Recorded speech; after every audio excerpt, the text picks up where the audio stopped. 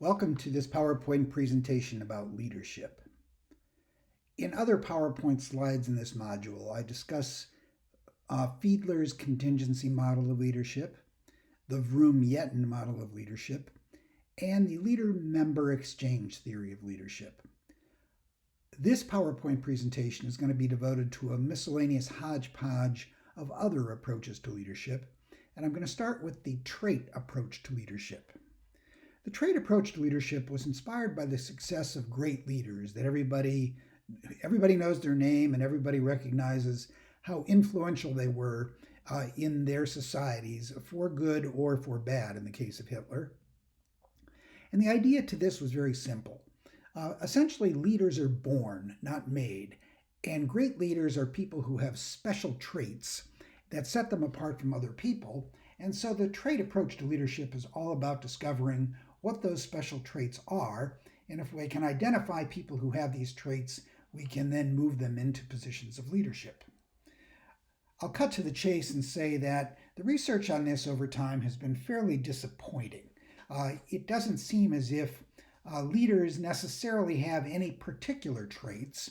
It depends upon the combination of the traits that they possess and the times and the situation in which they find themselves.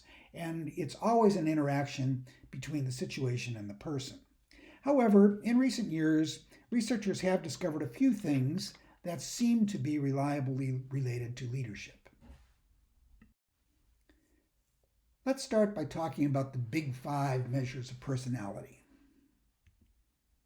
These have been studied extensively in the study of leadership, and four of the five seem to be fairly well related to some aspect of leadership. Extroversion, for example, is something that's noticeably stronger among leaders than among a random group of people who are not leaders.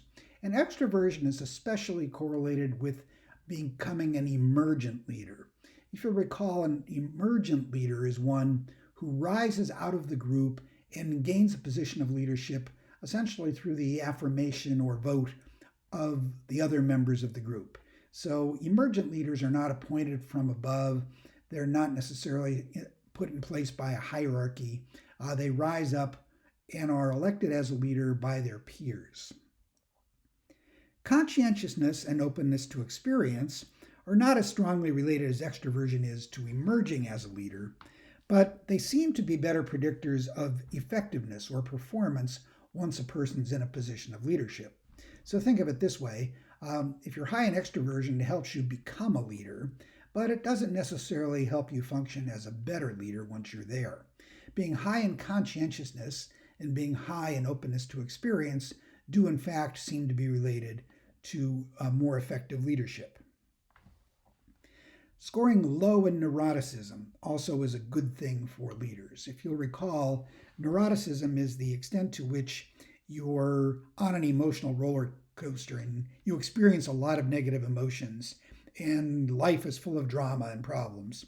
Well, we don't want this in our leaders. So a person who is more emotionally stable, a person who scores low in neuroticism, will be more effective as a leader.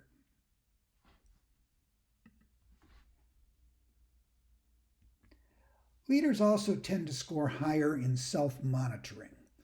To review what that's all about, if you're high in self-monitoring, you're good at understanding how people are reacting to you. You're good at reading the room and figuring out what people need or want from you, and you're good at changing your behavior or your self-presentation to meet the expectations of the group. Low self-monitors are less conscious of these sorts of things, and they're not so chameleon-like. They just sort of plod along, and they're the same in every situation, and there are certain benefits to that. But in terms of becoming a leader, being high in self-monitoring is better than being low in self-monitoring. Leaders also tend to score high in intelligence. Now, this doesn't mean they necessarily have to be super geniuses, but on average, the leaders are higher in intelligence than the followers and subordinates. So you don't have to be brilliant, you just have to be smarter than the average person in the group that you're leading. Leaders also tend to score higher in something called emotional intelligence, although there's some disagreement in the field of psychology about how real a thing emotional intelligence is. But emotional intelligence is about being in touch with your own feelings and how they influence your behavior, and also being good at reading the reactions and reading the reactions and emotions of other people. Some researchers feel that emotional intelligence is just kind of a conglomeration of other personality traits that we already talk about, and that it isn't a special thing unto itself. I'm not going to take sides on that debate, but to the extent that emotional intelligence is real, it is something that leaders want to have more of rather than less of.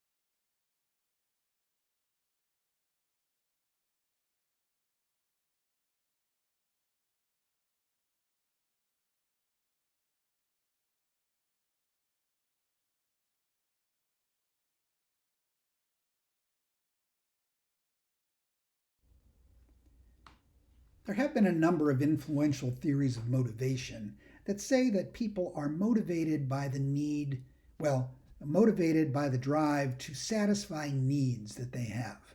And different individuals are driven more powerfully by some needs than other individuals are. The most influential of these theories has been what's called the learned needs theory of motivation, proposed by a researcher named McClelland. And McClelland believed that if you can identify the need that's driving a person, you can motivate that person very strongly by giving them rewards that can go towards satisfying those needs. The types of needs that are most relevant in the leadership situations that we're going to be talking about, according to McClelland, are the need for power, the need for achievement, and the need for affiliation. So let me briefly describe what each one of those is. The need for power is just what it sounds like. A person who's high in the need for power gets real satisfaction from influencing other people, making things happen, being in charge of outcomes that occur. This doesn't have to be a sinister thing. We're not talking about somebody who necessarily pushes people around and bosses them around and forces people to do stuff. They like controlling the course of events, and they like having people follow them, and they can be very skillful at making these things happen without being very coercive. So a person who's driven by this need to be in charge scores high in the need for power. A person high in the need for achievement, on the other hand, is somebody who likes to test themselves. They like to find out how good they are, how skillful they are, how much they can accomplish goals. And so a person high in the need for achievement tends to set fairly challenging but achievable goals for themselves, and they need constant feedback about how they're doing on the way to achieving those goals. So if you bring somebody in the laboratory and you give them a little task to perform, let's say they're trying to toss a ping pong ball into a bucket, and they can stand anywhere they want, and they can win some money or something if they put a lot of ping pong balls in the bucket. The person who's high in the need for achievement enjoys the competition of it all, and they will position themselves at a challenging distance away from the bucket where it's possible for them to be successful, but it's going to be challenging. They're going to have to be skillful at it. The person low in the need for achievement really doesn't care about finding those things out about themselves, so they might stand right over the bucket and drop the balls in, or stand impossibly far away and just sort of fling them, but they're not really driven by the need to assess how skillful they are. The person who's high in the need for affiliation is the person who's driven by social needs. They like being with other people. They like interacting with people. They like other people to approve of them and like them. And these are the things that are rewarding for those individuals. So obviously in the workplace, you can have very productive employees who are driven by all of these things, right? Somebody who's high in the need for power might be driven to get to the top. Somebody high for the need to achievement might be driven to do a good job to see how skillful they are. And people high in the need for affiliation will be good team players who like showing up to work every day because they like their coworkers. However, when it comes to leadership, McClelland identified something called the leadership motive pattern. A person who's high in the need for power and low in the need for affiliation tends to be more effective as a leader. They're more concerned with getting results than they are with being liked. And this seems to be a pattern that's associated with more effective leaders. And so looking at the bottom of this slide, we have a summary of what the leadership motivation pattern identified by McClelland is all about. Being high in the need for power, low in the need for affiliation, being more concerned with results than with being liked is associated with effective leadership. Now, there have been other need theories of motivation that have been applied to leadership. One of these is the motivation to lead model proposed by Chan and Draskow in 2001. You don't need to remember their names. But they say that leaders often are motivated by different things, and all three of them can be effective. So first you have the affective identity motivation. This is the person who enjoys being in charge, they enjoy leading others, and the person who's in a position of leadership with this motivation is very similar to the person that's high in the need for power, described by McClelland. But then you have the non-calculative motivator. This is the person who wants to be a leader and enjoys being a leader, but not because they get any big kick out of influencing other people or having power over them or even really achieving anything. They're in it for the extrinsic rewards that come with it. Being in a position of leadership results in higher pay, more social status. So you're getting stuff that you find rewarding because you're a leader. But the draw isn't really being the leader or doing the things that leaders do. It's all about the stuff that you can get because you're in that position. Then you have the social normative motivation of leaders. Some people end up being leaders, and they can be very good leaders just out of a sense of duty. They don't really want to be leaders. They don't care about the pay and the status. They don't get a big charge out of power, but they care about the group being successful. They recognize that they may be in a position to help the group do that. So out of a sense of duty, they are willing to assume a position of leadership and willing to function as well as they can in that role. So you can have different people in the role of leader and being there for very different reasons. And all of them can be effective, but keep in mind that they're being driven by different motivations. Sometimes people who study management talk about something called authentic leadership. The authentic leader, to make it sound simpler than it is the person who leads with their heart. They have values and principles that are important to them, and they stay true to them. In other words, they are driven by a sense of certain things being right and other things being wrong, and they want to do the right thing. We like politicians who we perceive to be authentic leaders because they have unwavering allegiance to certain principles that they hold to be important. We tend to dislike politicians who seem to flip-flop and change with whatever the prevailing winds are in the political world, and they don't really seem to stand for anything. They're willing to do whatever they need to do to get ahead.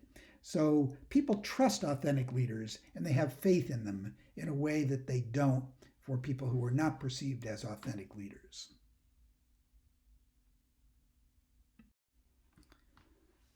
A very popular model of leadership is something called the path goal theory, developed by a researcher named House. According to the path goal theory of leadership, leaders are only accepted if they help the group achieve goals. So if the leader is helping the group get what it wants, then the leader is considered to be doing a good job. If the group is not achieving their goals, then the leader is not doing a good job. And leaders do things that affect the subordinates' perceptions of whether or not it's really worth their while to try to do anything. So leaders can make subordinates feel confident that the group can achieve the goals, or they don't feel confident because of what the leader is or is not doing. Now, the leader can do a number of different things that will influence these perceptions. So the leader might control things like the kinds of rewards that people get. Do they get bonuses? Do they get time off from work? The leader needs to be able to recognize and reward achievement. If you're ignoring good achievement on the part of your employees, eventually that achievement is going to start disappearing. And they've got to be able to support the employees' efforts to get things done. And the leader's also responsible for letting people know what it is they're supposed to be doing. So they assign tasks, they delegate work.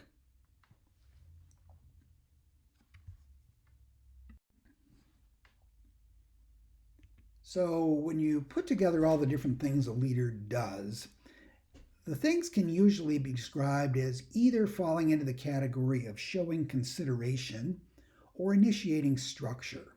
Showing consideration means that you're acting in a warm and supportive manner. You're doing things that make the person feel encouraged and supported and recognized.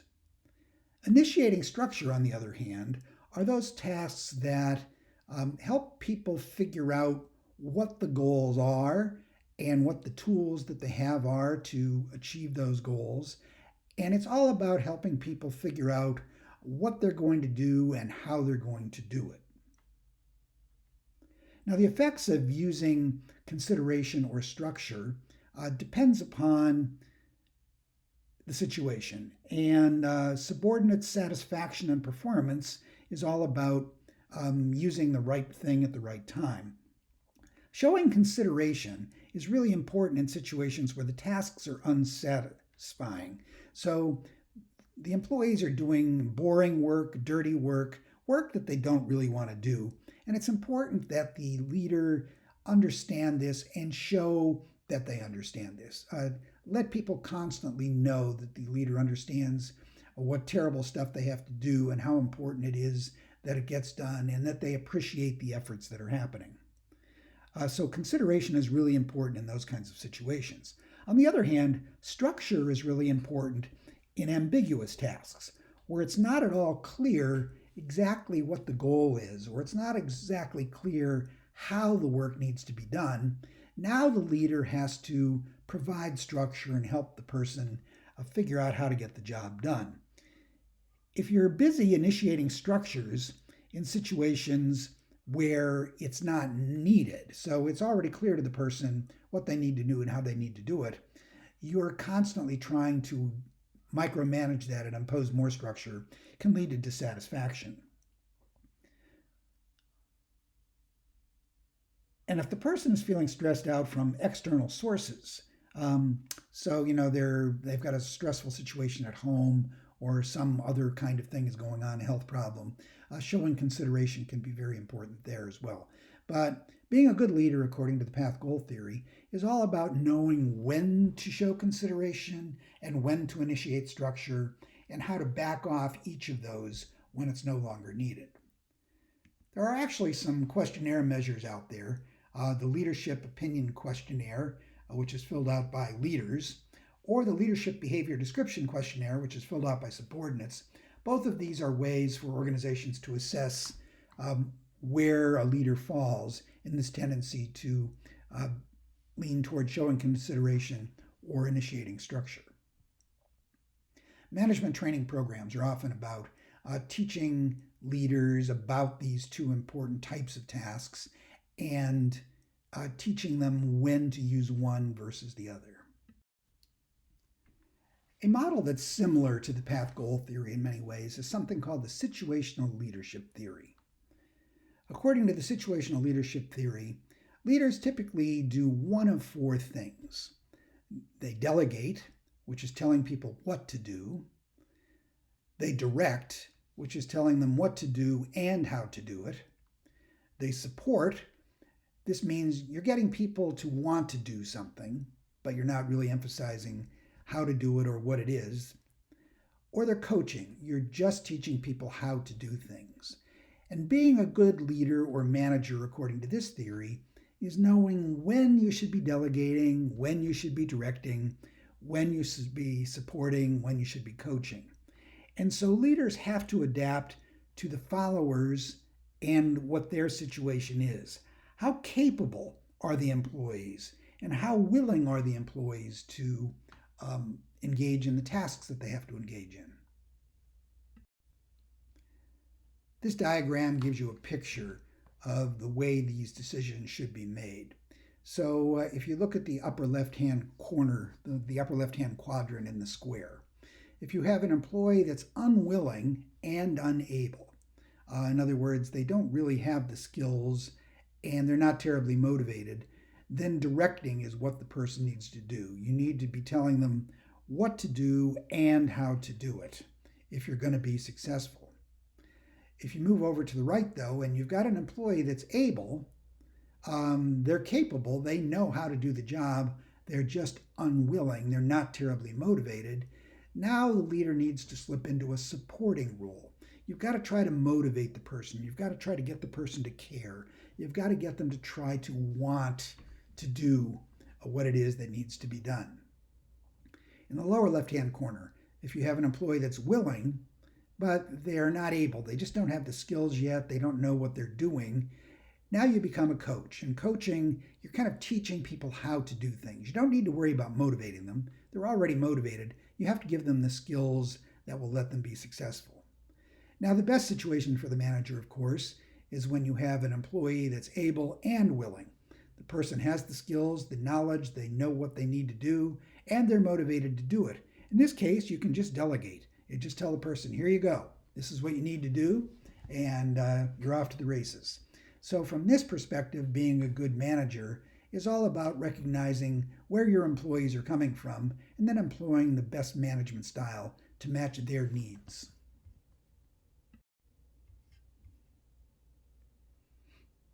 And here's another more colorful picture showing you the same thing.